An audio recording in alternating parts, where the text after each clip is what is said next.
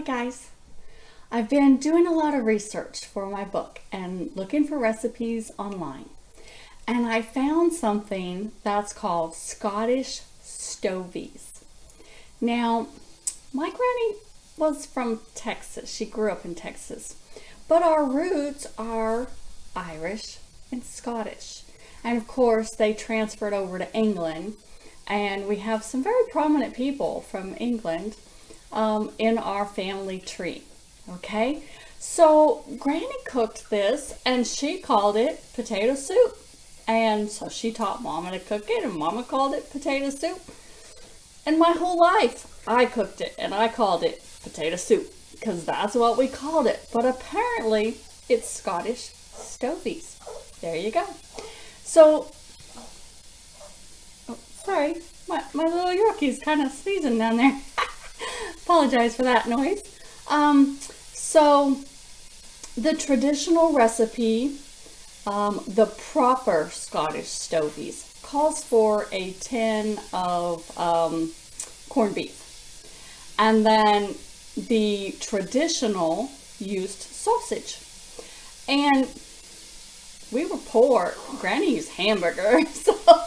So what I did is, and I filmed the video already, but it won't be released probably till tomorrow or the next day.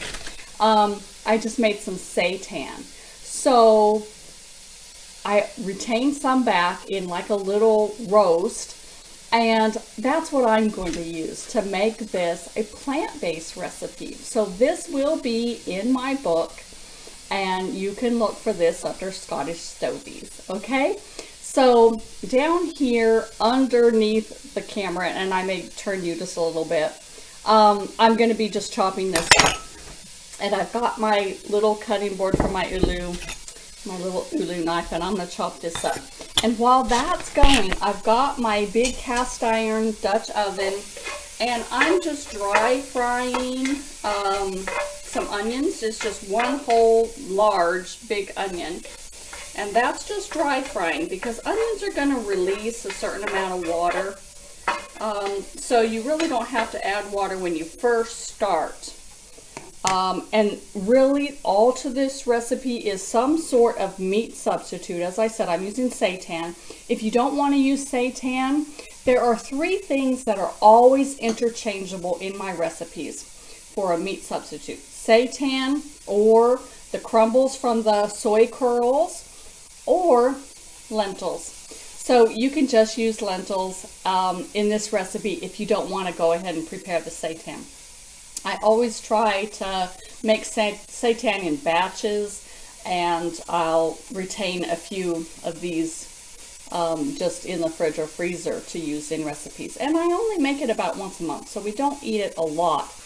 Our family would eat it a lot more if I'd fix it, but I don't.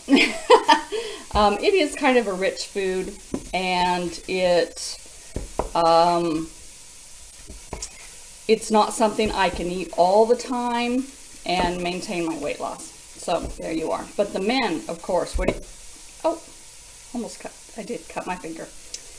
These ulu knives are really sharp, guys.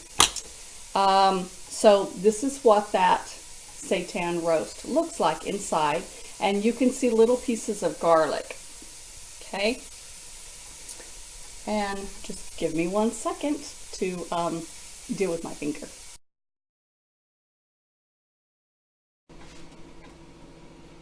Sorry for that interruption. Probably not a good idea for me to chop food down here while I'm talking to you and not paying attention. These ulu knives are really sharp. And I cut my finger pretty good. So I've got it bandaged, and now I can carry on. Sorry about that. So I forgot what we were talking about, but we'll carry on.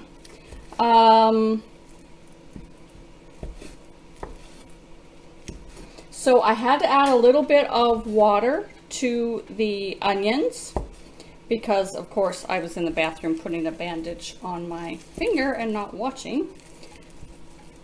And you will, if you're cooking onions for any length of time. You can start them dry fry, but usually before they're done, you'll have to add a little bit of water. So the only thing in this recipe is really simple. You'll need some sort of meat substitute.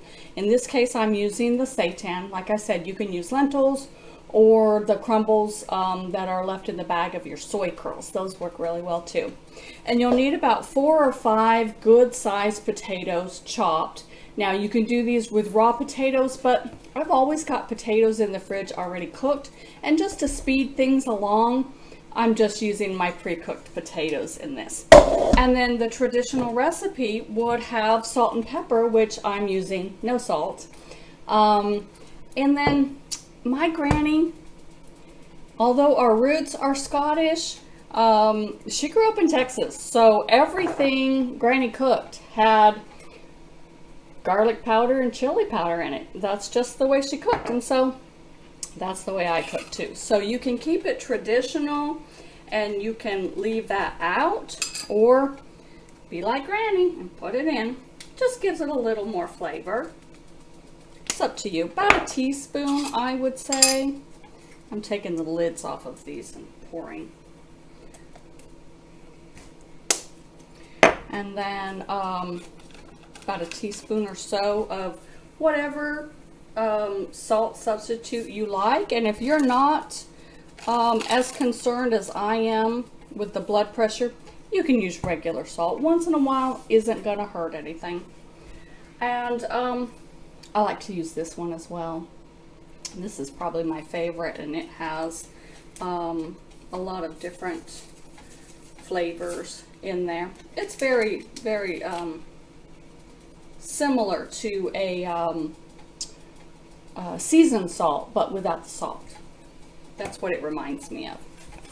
Okay, so you've got your onions going real good, and your seasonings, and then you just put your meat substitute in.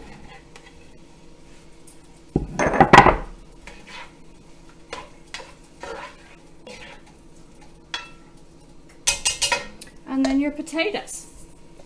Now, I always say simple recipes for a simple life, and like I said, when we were meat eaters, this had meat in it, and you can't get any more simple than this. You know, this is just how I've always cooked. And then you just add water up to above your potatoes. And like I said, mine is already cooked. Everything in here is cooked. So I just have to heat it through and let the flavors of the seasoning go through. And mine is completely done.